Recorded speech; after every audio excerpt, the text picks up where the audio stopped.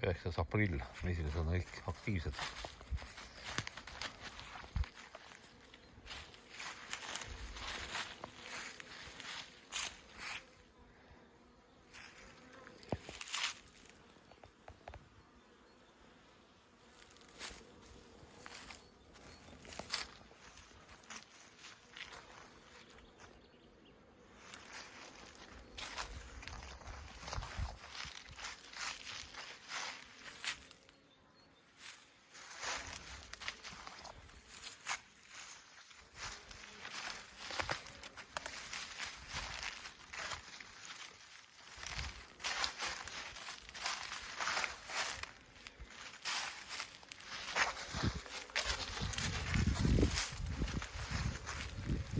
Sipelga mürki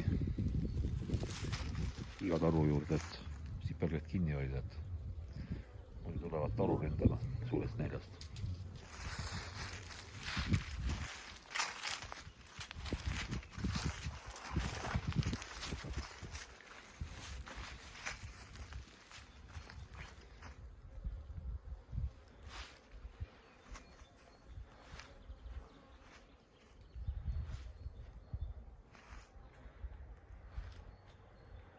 Nüüd on siis sellest kevadest üks taru juures.